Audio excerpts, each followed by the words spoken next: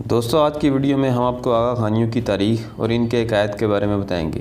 ہم آپ کو بتائیں گے کہ کیا آغا خانی فرقہ مسلمان ہے، یہ فرقہ شیعوں سے کب الگ ہوا اور یہ لوگ کلمہ، نماز، روزہ، حج، زکوٰۃ کیسے ادا کرتے ہیں، آنے کے لیے امام کتنے پیسے لیتا ہے، پرنس کریم نے پورن سٹار سے شادی کیوں کی۔ چلتے ہیں ویڈیو کی طرف۔ اس سیریز کی باقی ویڈیوز پلے لسٹ میں دیکھی جا سکتی ہیں۔ اسماعیلی فرقے کی ابتدا اس وقت ہوئی جب چھٹے امام حضرت امام جعفر صادق فوت ہوئے اور ان کی جانشینی کا مسئلہ درپیش ہوا تو شیعہ دو گروہوں میں بٹ گئے۔ ان میں سے ایک گروہ نے کہا کہ امام جعفر صادق کے بعد ان کے بڑے بیٹے اسماعیل جو اپنے والد کے انتقال سے چند سال قبل وفات پا چکے تھے امام ہیں، اور دوسرے گروہ نے ان کی بجائے ان کے دوسرے بیٹے سیدنا موسیٰ کاظم کو امام تسلیم کر لیا۔ پہلا گروہ حضرت اسماعیل کے نام کی نسبت سے اسماعیلی کہلاتا ہے، اور وہ دڑا جس نے امام موسیٰ کاظم کو امام تسلیم کیا اثنا عشری کہلایا، اور جمہور شیعہ کا تعلق اسی فرقے سے ہے۔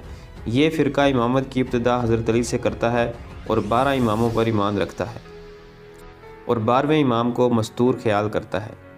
1094 میں اسماعیلی کمیونٹی میں 18ویں امام مستنصر کی وفات کے بعد ان کی جانشینی کے مسئلے پر تنازع ہوا۔ مستنصر کے دو بیٹے تھے، مستعلی اور نزار۔ مستعلی کو ماننے والے بورا کہلاتے ہیں، جبکہ نزار کو ماننے والے آج آغا خانی کہلاتے ہیں۔ یہاں ہم آپ کو یہ بھی بتاتے چلیں کہ مصر میں خلافت فاطمیہ کی بنیاد مستعلی گروپ نے رکھی تھی، جبکہ قلعہ الموت پر حکومت بنانے والے حسن بن صبا کا تعلق نزاری گروپ سے تھا۔ آغا خانی ایک طویل عرصے تک ایران میں مقیم رہے۔ ان کے امام کو آغا خان کا لقب بھی ایران کے قاجاری حکمران نے دیا تھا۔ شاہ ایران نے آغا خان کو کرمان کے قریب محلات نامی جگہ پر ایک وسیع و عریض جاگیر بھی عطا کر رکھی تھی، لیکن انگریزوں کی تحریک پر آغا خان اول نے ایرانی قاجاری سلطنت کے خلاف بغاوت کر دی۔ جب ان کو شکست ہوئی تو بھاگ کر ہندوستان میں پہلے سندھ اور پھر بمبئی شفٹ ہو گئے۔ انگریزوں نے ان کو سر کا خطاب دیا اور بہت عزت و تکریم کی۔ بوریوں کی خلافت جب مصر میں ختم ہوئی تو انہوں نے ہندوستان و یمن کو اپنا مرکز بنا لیا۔ البتہ یہ لوگ بعمل مسلمان ہیں اور پابندی سے نماز وغیرہ پڑھتے ہیں۔ جہاں تک ان کے اسلام کا تعلق ہے تو بوریوں کے مسلمان ہونے میں کوئی شبہ نہیں، جب تک یہ کسی امام کو گالی نہ دے۔ کہتے ہیں کہ ایک زمانے تک یہ امام موسیٰ کاظم کو گالیاں دیتے تھے، جو بقول ان کے امامت کو غصب کر بیٹھے، لیکن یہ روش انہوں نے چھوڑ دی۔ تبھی آیت اللہ ابو الحسن اصفہانی کے دور میں ان کو نجف و کربلا کی زیارت کی اجازت دی گئی۔ وہاں موجود حرم کی تعمیر میں بوریوں نے کافی مدد کی۔ دوسری طرف آغا خانیوں کا اسلام اس لیے مشکوک ہے کیونکہ یہ ضروریات دین میں سے کئی چیزوں کے منکر ہیں۔ نماز کے بارے میں تو ہم نہیں کہہ سکتے کیونکہ یہ نماز سے انکار نہیں کرتے، لیکن نماز کا طریقہ الگ ہے۔ جو چیز ان کے اسلام کو مشکوک بناتی ہے وہ یہ ہے کہ یہ حلول کے عقیدے کے قائل ہیں۔ ان کے مطابق اللہ کا نور علی میں حلول کر گیا اور علی کا نور ان کے ہر امام میں آتا رہا۔ ان کے حساب سے پرنس کریم آغا خان اس وقت کا علی ہے، اور جب یہ لوگ یا علی مدد کہتے ہیں تو ان کی مراد ہماری طرح مولا علی نہیں ہوتے، بلکہ پرنس کریم آغا خان ہوتے ہیں۔ آغا خانیوں میں ایک اور خرابی یہ ہے کہ وہ ماد جسمانی کے منکر ہیں، یعنی ان کے نزدیک میدان حشر، پل صراط، جنت و جہنم کا کوئی ظاہری وجود نہیں، بلکہ یہ علامتی ہے، اور ان کا عقیدہ ہے کہ ہم اس جسم کے ساتھ حشر کے دن نہیں اٹھائے جائیں گے۔ اب ہم آخر میں آغا خانیوں کے مختصر عقائد آپ کے سامنے پیش کریں گے۔ نمبر 1، اسماعیلی فرقے کا کلمہ شہادت، اشہد ان لا الہ الا اللہ واشہد ان محمد رسول اللہ واشہد ان علی اللہ۔ اس کلمے میں علی کی نسبت خدا کی طرف کی گئی ہے اور یہ کفر ہے۔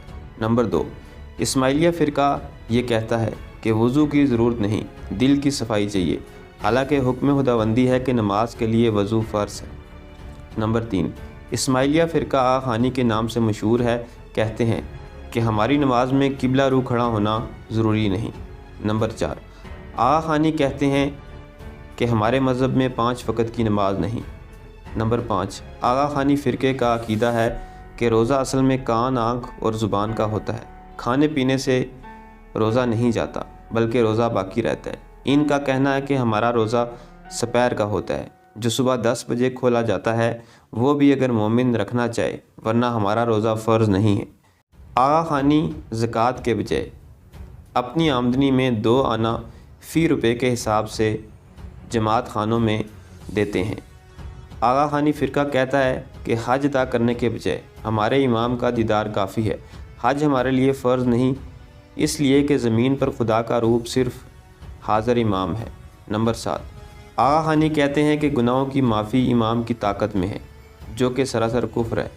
نمبر 8، آغا خانیوں کا کہنا ہے پیر شاہ ہمارے گناہ بخش دیتے ہیں، پیر شاہ ہم کو اچھی سمجھ عطا فرماتے ہیں، پیر شاہ ہماری دعا قبول کرتے ہیں، دعا پڑھنے سے حاضر امام خوش ہوتے ہیں۔ یہ لوگ حاضر امام کو پیر شاہ کہتے ہیں۔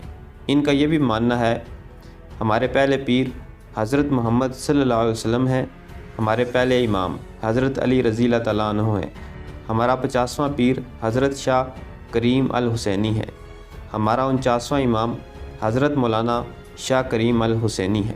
نمبر 8، ان کا یہ بھی عقیدہ ہے کہ امامت کا درجہ نبوت سے بڑھ کے ہے، کیونکہ امام خدا میں حلول کر گیا ہے، جس کی وجہ سے وہ خدا ہی ہے۔ یہی وجہ ہے کہ اسماعیلی قوم امام کو سجدہ بھی کرتے ہیں۔ نمبر 9، نماز، روزہ، حج اور زکوٰۃ کی فرضیت کے اسماعیلی لوگ سرے سے قائل ہی نہیں۔ مسجد کی جگہ جماعت خانے ہوتے ہیں، نماز میں تکبیر اولیٰ، سورہ فاتحہ، اتحیات، قیام، سجدہ رکوع کی جگہ خاص طرح کی دعاؤں کو پڑھا جاتا ہے، اور پھر حاضر امام پرنس کریم آغا خان سے مناجات کی جاتی ہے۔ گنان یعنی گیت مختلف زبانوں میں ایک خاص طرز پر گائے جاتے ہیں، اور پھر آخر میں حاضر امام کا فرمان پڑھا جاتا ہے، جو کہ ہر چاند رات کو جاری ہوتا ہے۔ مختلف موقعوں، اوقات اور درجات کی مجالس ان کے ہاں عام ہے۔ نمبر 1، 9ویں کی مجلس۔ نمبر 2، لائف کی مجلس، نورانی مجلس اور فدائین کی مجلس، جبکہ بعض بڑی مجالس میں زیادہ پیسے ادا کر کے داخلہ ملتا ہے، جس میں اکثر غریب اسماعیلی داخلے سے محروم ہی رہ جاتے ہیں، یا پھر ایک بار داخلے کے لیے اپنی ساری جمع پونجی جماعت کو ادا کر دیتے ہیں۔ ویسے بھی آغا خانی اسماعیلی مذہبی عبادات میں پیسے کا کافی عمل دخل ہے، عبادات کے لیے، گناہوں کی معافی کے لیے، دعا کرانے کے لیے اور مہمانی یعنی زندہ مردوں کو بخشوانے کے لیے، اور امام سے ایک بول یعنی اسم اعظم حاصل کرنے کے لیے پیسے دیے جاتے ہیں۔ مزید یہ کہ ان کے ہاں ناندی کا تصور بھی ہے، جس میں ہر آغا خانی اسماعیلی اپنے گھر سے زیور، کھانا اور قیمتی کپڑے لا کر جماعت خانے میں رکھ دیتا ہے۔ جماعت خانے کی کارروائی کے بعد ہر ایک کی اشیاء کی بولی لگتی ہے، اور زیادہ پیسے دینے والے کو وہ اشیاء دے دی جاتی ہیں۔ اس سے ہونے والی آمدن غریبوں میں نہیں بلکہ جماعت خانے کے اکاؤنٹ میں ٹرانسفر کر دی جاتی ہے۔ توبہ، استغفار اور اللہ سے معافی مانگنے کی بجائے پیسے دے کر پیش امام سے فرانسیسی پانی کے چھینٹے مروا کر گناہوں سے نجات حاصل کی جاتی ہے۔ نمبر 11، آغا خانیوں کا یہ بھی عقیدہ ہے کہ قرآن ساری انسانیت اور ہمیشہ کے لیے نہیں آیا، بلکہ خاص قوم و مخصوص وقت کے لیے بھیجا گیا تھا۔ اسماعیلی جماعت کا یہ بھی ایمان ہے کہ پرنس کریم آغا خان جس کے گناہ معاف کر دے، اس سے روز حشر میں حساب نہیں ہوگا۔ اللہ کا حرام کردہ سود ایک زمانہ ہوا، حاضر امام اس کو حلال قرار دے چکے ہیں۔ نمبر 12، پرنس کریم پر شدید نوعیت کے الزامات لگتے ہیں، جیسے کہ اسماعیلیوں کے حاضر امام پرنس کریم آغا خان نے ایک ایسی عورت سے شادی کی جو فوش فلموں میں کام کرنے والی ایکٹر، اور بعد از طلاق پھر عیسائی ہو گئی۔ پرنس کے اپنے بیٹے گئے ہیں۔ اسی طرح اسماعیلی امام کی اپنی بیٹی نے ایک کرسچن مشنری شخص سے شادی کر لی۔ تو دوستو، یہ تھی میری آج کی ویڈیو پسند آئے تو چینل کو سبسکرائب کریں۔ ملتے ہیں اگلی ویڈیو میں۔ اللہ حافظ۔